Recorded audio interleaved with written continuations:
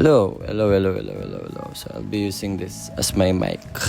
May nakita akong video and sabi doon, 25 things I learned in 2025. So, try natin siyang gayahin because I'm in Muntinlupa. Dito ako nag-teenage years. Like, from 16 to 19. So, at least a good half chunk ng teenage years ko. If I'm not mistaken. So, anyways, nakahubad tayo ngayon kasi wala. Pasarap lang. Cause, ayun. Paano ba? Ganito ba? So, 25 things I learned this 2025 is, first one is the first one. So, yung first one, ano ba? The first one is to take care of yourself. Yun ang aking first one is because I've had so many sleepless nights na ayoko na sana ma-bring this year. Pero parang it's currently nagre-record tayo. Basta it's currently 1:20 a.m. dito. Tapos, ayun. Tapos I haven't been taking care of my hygiene, ganyan.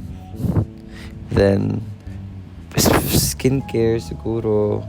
Tapos, like, grooming, ganon. Na, plano ko every cut, at every payroll, magpapagupit ako para maayos yung gilid ng buhok ko. So, ayun. Yun yung isa sa mga natutunan ko last year is to take care of yourself. Especially since I started my YouTube channel, lagi na akong nasa harap ng camera and ang dami nakakakita sa akin. So ayun, I'm happy that happened. Which brings me to my second thing that I learned is to just start what you want.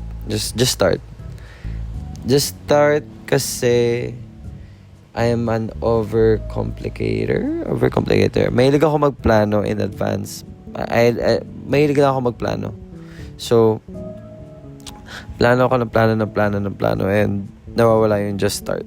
Which is a very good thing kasi yung channel namin naisip namin, sige, simulan na natin and we didn't know we'd have this audience kaagad. I thought we'd just have parang fun videos to do for the week and wala pang 3 months later, like may audience na kami. Meron na kami 3K subs agad. Which naging downfall namin because nasa 4.7 lang kami. So parang ang bilis namin nag-rise and then we're stuck in a still ground. Parang in still waters. Ganun. So, ayun. Just start. Kasi kami, parang ang dami ko na nakwento. Mata 25 ko kaya. So yun, just start. Yun mo na. Just start. Ito third bullet ko na yun susunod. So just start. Pero parang yun na rin yun eh. Just start. Basta kung ano yung idea mo, just start it. Simulan mo na. Kasi now is the right time to do it. Habang fresh pa yung idea mo. Ayun. Tapos, third bullet is to don't get too caught up. So context is I tried promo producing I Remember You. Isa siyang film and then there were so many tasks. Ang daming, like I was given a promo producer role tapos ayun, parang I think sobra ko siyang sineryoso na ay nakalimutan ko mag-enjoy. So third lesson is cute ng nails ko. Third lesson is to enjoy the things na nangyayari sa inyo. Important maging serious, important maging ganyan, but to just enjoy. Which hindi ko naman masyado na-apply because I'm still, pag serious mode talaga ako, guys. Pag serious mode, serious ako. Gusto ko matapos yung ginagawa ko. Just focus lang talaga ako. But yeah, I'm having fun naman. What's not fun is is the habol ng deadlines, ganyan. Ang dami pang gustong gawin, ganun. So, that's my third. 25 ko kaya to. Gawin ko lang 8. Ate, try natin mag-25. 4 is to always be kind. Ang weird kasi parang nung bata ako, 10 years ago, 10 years, na parang when I was, may mga friends naman ako sa high school, but when I felt like I was so isolated. Wala akong mga constant persons na matatawag, ganyan, maaya, lumabas. But, so when I turned to senior high school, nagda-diary ako nun. I would always plan the person that I will become sa kanila. So parang, every day I would write, note to myself, note to self, ganito dapat yung gawin ko, ganyan. Parang, ito yung mga list of traits na gusto kong maging. And I think that's one, that became my moral compass, and two, that became my downfall, to always have this mindset na being like, ganon. Because who doesn't want to be like, di ba? Anyways, ayun.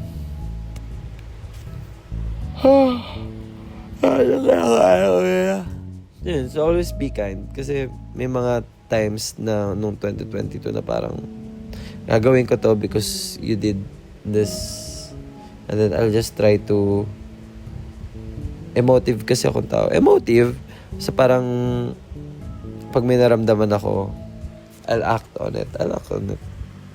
Lahat na lang inuulit. Anyways, ayun.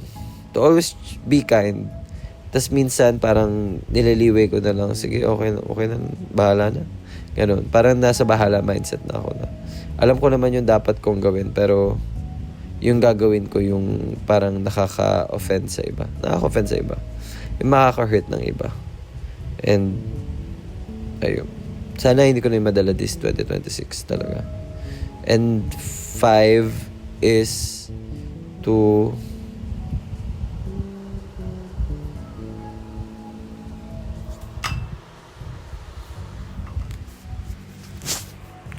na ADHD.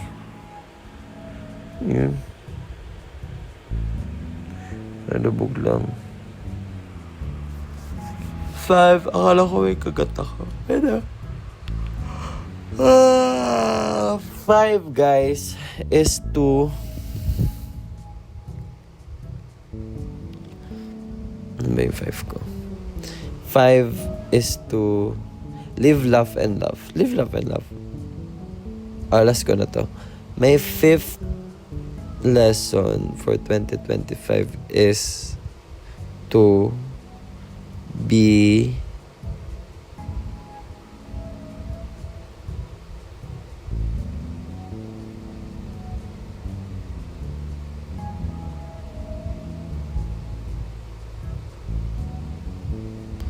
more alive. Ganon. Parang sobrang dami nangyari noong 2025, guys. As in, dami ko napuntahan, dami ko napanood, dami ko nagawa compared to 2024. Though I kinda miss having parang free lang sa life, ganyan. But ang dami nangyari noong 2025, and yun yung natutunan ko, is to be alive lang talaga. Is to put yourself out there, to say things that you're afraid of, ganyan. I tried, alam niyo yung tatalon kayo sa napakataas, yung cliff drop, ganon. Trinay ko yun. Tas yun lang. I really felt that I was alive this last year, 2025. And I'm so happy. And the more that I feel alive, the more that I have more confidence for myself. Ganon.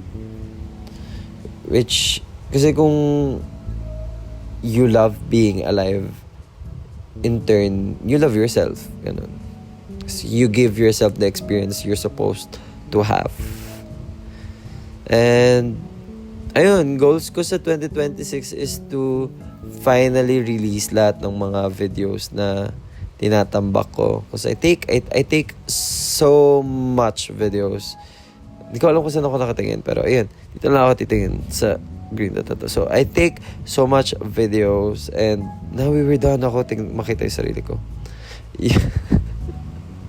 I take so much videos.